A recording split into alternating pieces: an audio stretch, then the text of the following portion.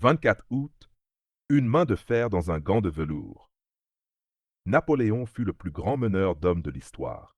Il a rassemblé des millions de jeunes gens inexpérimentés, indisciplinés, désordonnés, brusquement libérés par la Révolution française et les façonna pour en faire l'une des machines de guerre les plus puissantes jamais vues jusque-là.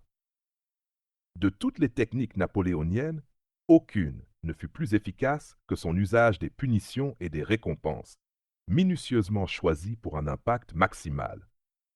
Les reproches personnels étaient rares, mais lorsqu'il était en colère, lorsqu'il punissait, c'était dévastateur. Sa victime se sentait humiliée, bannie.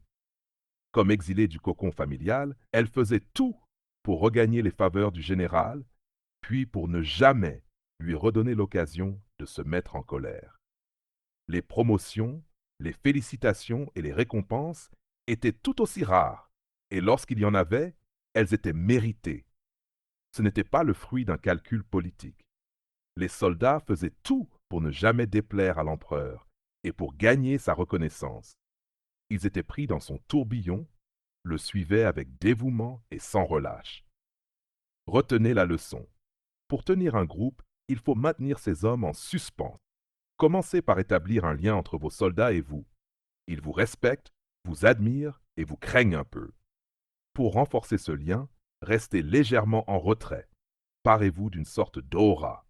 Vos rapports doivent être chaleureux, mais un peu distants. Une fois le lien établi, montrez-vous moins souvent. Les louanges comme les punitions seront rares également, mais inattendues, pour des erreurs ou des victoires qui peuvent paraître mineures, mais qui sont symboliques.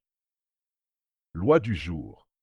Il faut qu'ils restent sur la corde raide, qu'ils pensent à vous en permanence et veuillent vous satisfaire, sans jamais savoir exactement comment s'y prendre.